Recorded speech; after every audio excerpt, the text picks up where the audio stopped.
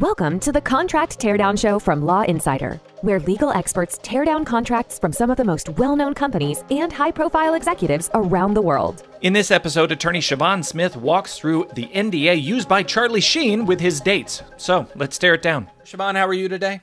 I am excellent and so excited to be here. I'm a little pumped about this because we get to mix the world of contract nerdiness with TMZ-style drama mama stuff, and you know that's everybody's favorite. So I'm going to show them this document. Everybody, look at this thing. This is an NDA, and we are going to talk about this NDA because it's a beautiful, crazy, big picture, toxic thing that we're going to talk about the modern world. So, Shavon, before we dig into this, what is this document? When are we going to run into this kind of thing?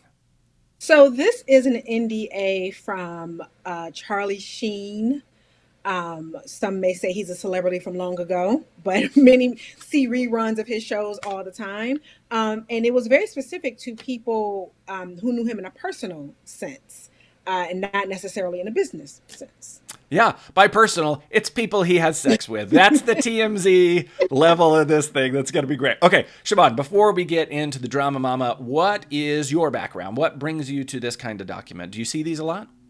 Absolutely. So I am an attorney. I have a practice representing all small businesses in the DC area, serving as their outside general counsel. I see NDAs all the time, but typically in a context of a business is going to share their financials to purchase another business, or we're hiring this employee who will have access to all of our data, or we are teaming with another company. So very much so in a business context and not in the context that Mr. Sheen is using this. Yeah, and I mean, we had a conversation as an aside recently with Patrick O'Malley about NDAs more on that business side, and one of the things that he said is like, NDAs are explicitly not for this purpose. This is sociologically not why we created these things. So it's a bit fun to go back and look at this. Before we dig into the actual text of it, tell me the background. You mentioned that this is Charlie Sheen. This is, I guess he's handing this out to women at the dinner table. I don't understand how this works. What is this thing? People who are it says spend time and associate. So people he is spending time with and associating with. Okay, so like literally anybody. And this thing, I guess back in whatever it was, 7 years ago or something, it came out that he was HIV positive, yeah. And a company called In Touch Weekly, which I guess is a TMZ-like media company, went and got this thing from, I guess, one of the people that he had talked to, got this document, and so that's where we're pulling it from, is this article. When I'm thinking about the use of an NDA, and maybe we'll revisit this in the big picture part at the end of this conversation, an NDA is a non-disclosure. You're trying to define what confidential information is and what people can do with it. This thing, he's applying it. I'm assuming you're not seeing it much in this purpose, where a guy is using it as a way to silence a person, a consumer, an individual. No, I mean, I think if Charlie Sheen were working with a realtor who was going to have kind of personal access to his information, that would make a lot of sense to perhaps sign an NDA. But this seems like a very personal situation. I definitely see it in clients. Maybe you are dealing with hairdressers or kind of other people who are going to have access to things in your home, but it's still a business relationship because they're an employer or a contractor of yours. And so it makes sense in those instances when celebrities have those agreements. But this purely says in the consideration for the opportunity to spend time and associate with. Yeah, I love this. Let's dig into the document. This first paragraph is so great. In consideration for the, you got to put that stuff at the top or whatever. In consideration for the opportunity to spend time and associate with you here being Charlie Sheen. Yes. In consideration of the opportunity to hang out with Charlie Sheen, for your agreement to forego the right to resolve disputes between us before a jury of your peers in a public court proceeding, and in there's all these like statements of consideration, yes. Which is awesome law school stuff. Like the word consideration never came up since law school. What do you think of this introduction section and what he's trying to do with setting the terms here in the beginning paragraph? Yeah, I mean, I think he's making it clear that there is consideration here, because I think maybe there will be some fight about whether there was consideration here. And then also the foregoing the right. So in the end, there's a very long arbitration clause, and just kind of putting that up front to people that like not only are you giving up the right to talk about me, but you're giving up the right to have, a jury of peers decide the matter as well. Yeah, and if you say the word consideration enough, it It becomes qualifies. consideration. Right. Let's jump down to 1.3, this section called no participation in books or articles without Charlie's advance express written consent. I'm not going to give and participate in with any interviews or books, and if I do, I get in trouble. What do you think about 1.3 and using that information to go out to the world and sell a book? Yeah, I mean, I think when you're talking about NDAs in the business sense, you don't really want to conflate copyrights and NDAs. Like if you are transferring copyrights, you want to do that in one agreement. So what's interesting about this, it says if you write anything, talk to anyone, especially if you write a book, you automatically transfer the copyright to that book to Charlie Sheen. So think about it this way. You are dating Charlie Sheen. He buys you a Rolex watch, which is a nice thing to do. You write a book and you mention it on one page. The way this is drafted, now Charlie Sheen has the copyright to your book, which doesn't really fly. So, and I think even thinking about the definition of confidentiality, it's incredibly broad. It includes information about his friends. Who are his friends? How do you know when you've been in a place with a person that he says is a friend? So the broadness of the definition and then these rights that are being given up, I think there are just a lot of problems with. Yeah. Well, and I would point back to the confidentiality, the definition of confidential information. It's a pretty exhaustive list, obviously, at the beginning where it's emails, instant messages. It puts it in scare quotes because nobody's heard of these things. Text message, contracts, correspondence, faxes. Look out, lawyers. Tapes, yes. CD-ROMs, USB flash drives, SIM cards, photographs, negatives, moving or still images, audio, video. But then it goes in and it says basically, like he makes a bucket, which is basically anything that people don't already know about Charlie Sheen. If you say anything about Charlie Sheen that people don't already know about Charlie, his favorite color is red, and people don't know that, then you get in trouble. So it's a very broad definition, and then obviously to transfer that to books or whatever to pass that copyright over that's a whole thing. Well, let's jump down to 2. It talks about permitted disclosures responding to subpoenas. You see this in NDAs a lot where it's basically like, okay, but if a court tells me I got to say something, then I got to say something. What do you think about the way 2 tackles that issue? I mean, it essentially says you won't say anything voluntarily. Typically, when I'm drafting these, you have more steps about what to do. Like you will notify us. We will draft a protective order. We'll pay your attorney's fees. If you don't hear from us in a certain amount of days, then you are free to disclose. So it's a little light on process. And for a person like Charlie Sheen, who I presume maybe gets sued, a lot of you get sued, people get subpoenaed, it seems like you will have a little more process about, well, what do I do if someone comes to ask me for this information and that person is a judge who is asking for the information? Yeah. Yeah, and that's common in these things. There's remedies in here, and the one that I want to focus on is this liquidated damages bit. It says that if you have to go after it, sometimes it's hard to be able to get value back for reputation damage. So we're going to set the number at $100,000 plus any actual damages. What do you think about the liquidated damages section on here? Yeah, I mean, personally, in my own practice, just this week, 2 opposing counsel have struck these out of kind of non-compete or confidentiality agreements. And I get it because liquidated damages, sometimes you want to use when the breach is objective.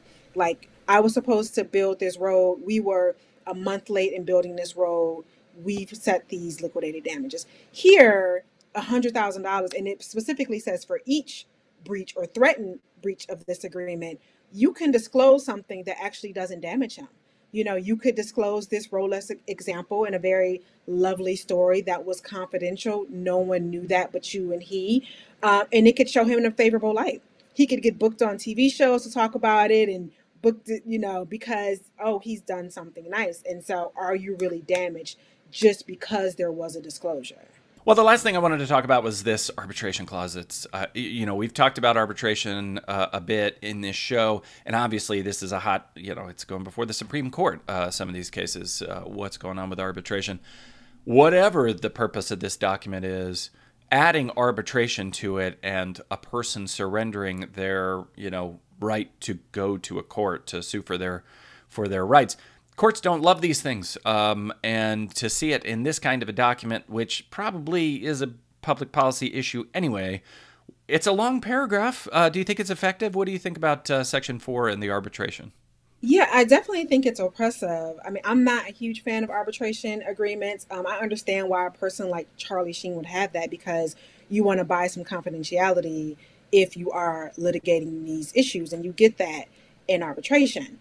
But that being said, I think what courts are grappling with now are in these contexts where one party has so much of an upper hand of the other party, i.e., the Harvey Weinsteins of the world, employment context, where is that really how we want, our contractual law to move, is in this way. So I do think this arbitration clause is problematic, given the purpose of this NDA. Maybe if it were, two Fortune 500 companies sharing information, then it's a different conversation. Yeah. Yeah. Well, and as we wrap up, I want to sort of step out to that and think about the big picture. And NDAs, just as an aside, you contract lawyers, like, you guys all hate NDAs, but you all write NDAs all the time because this is how bills get paid. People are just churning out NDAs and debating them and going over that. And I think about the NDA as, a proxy for trust. And you and I talked about this a little bit before, is I'm going to put this NDA in because I'm nervous. I'm nervous something is going to happen and it's going to harm me more in the long run than filling this thing out, even if I'm not sure if this thing is even enforceable. So whatever an NDA is supposed to do, and the reason that we have this thing in the universe, this seems like a particularly gross use that is really rooted in he doesn't trust this person that he's in this relation, whatever the relationship is. Mm-hmm. He doesn't trust this person in the relationship. Tell me about NDAs, maybe big picture, as a proxy for trust. And do you think this is a good use of it? Or should we just burn all these down? I'm trying to lean you toward we should burn all these down. Burn them all down. People often come to me, NDAs and contracts in general, but especially NDAs, like, we need an ironclad NDA because we're sharing XYZ and we're just not sure, or have this great idea and I want to share it with this person, but I'm not sure. Then don't share it with them. Like, if you do not trust a person, a document is not going to make the person trustworthy. It is not a way to make a person, a better person just because they sign this NDA. So I always encourage people, share your idea, but there is a secret sauce that you don't have to reveal necessarily when talking to people about things. So you don't necessarily want to go running in a door with an NDA every single time. You want to use your business judgment, your discernment in terms of who you do business with, before you put an NDA out. But let me push back a little bit, maybe. Please. I recently read a book called The Lonely Sentry, which is it's an interesting idea about how a lot of the systems that used to stand in for trust. So I can trust John because he's my neighbor. I can trust Sally because we go to church together. I can trust Susan because she's my friend's friend's friend. But as social networks become more virtual, more detached, people don't have these long-term relationships. The law is an interesting sort of stand-in for that. It has always been a stand-in for, we're going to generate trust between two people who are not part of the same tribe, have really no reason to trust each other, and so we're going to be this proxy for trust. Yeah. The idea in that book, and that I think there might be some merit to, is that while businesses actually understand their long-term relationships better, people are becoming less and less attached, right? They're becoming more and more detached from these large social systems. And we're doing this clumsy bludgeon of law to try to stand in as a proxy for trust. Is there a healthy way to use law, whether it's an NDA or some other way, to sort of create trust in these relationships? Do you think if I'm doing a hookup on Tinder, I don't know what any of that sentence means, but apparently it's a thing the kids do. If I've got a hookup on Tinder, we do the same with an Uber driver now, where an Uber driver is basically, we trust Uber, therefore we trust this person. We know there's contract in there somewhere. Is there some stand-in for that, for the Charlie Sheens of the world that just want to spread their seed? How can law help the poor Charlie Sheens of the world? I think that's an interesting point, and I think it's very true that you're using this to stand in as the trust.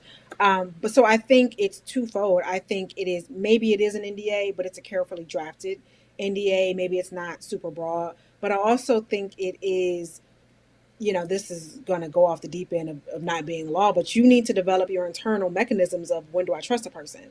Like if you just don't trust yourself to trust people, then develop the internal mechanisms of what does that look like. And if you're a business owner, you can create a checklist of like, well, who do we do business with? Who do we not do business with? And so I think, as a single person, not on Tinder, I have to develop my checklist of like, what are the signals for me to, go out with someone and not have to show up with an NDA to have a first date with this person that I went out with. Charlie Sheen, just go to therapy, Charlie Sheen, okay? Go to therapy, work your stuff out. I'm sorry, lawyers, I did just try to create a whole new market for you of tender NDAs to get you a whole new bit of business, but Shavon killed it. Shavon, thank you for hanging out with us. We appreciate it. If people want to reach out to you and learn more about what you do and the businesses you serve, what's the best way to connect with you? Sure. My website is the sjslawfirm.com. I am on Instagram at Shavon J. Smith. People can always email me, Shavon at the sjslawfirm.com, or follow me on LinkedIn, or I'm all over the socials. So happy to connect. On the socials. Well, we'll have links to all that and this contract and this story over at lawinsider.com/resources. Also, if you want to be a guest on the Contract Teardown Show, just email us. We are at community@lawinsider.com. We'd love to chat with you. Shavon, thank you again. You guys have a good day. We'll see you next time. Thank you so much. Thanks so much for tuning in to this episode of the Contract Teardown Show from Law Insider. If you're enjoying the show, please feel free to rate, subscribe, and leave a review wherever you listen to your podcasts. That helps others find the show. We really appreciate it. Thanks again for listening, and we'll catch you in the next episode.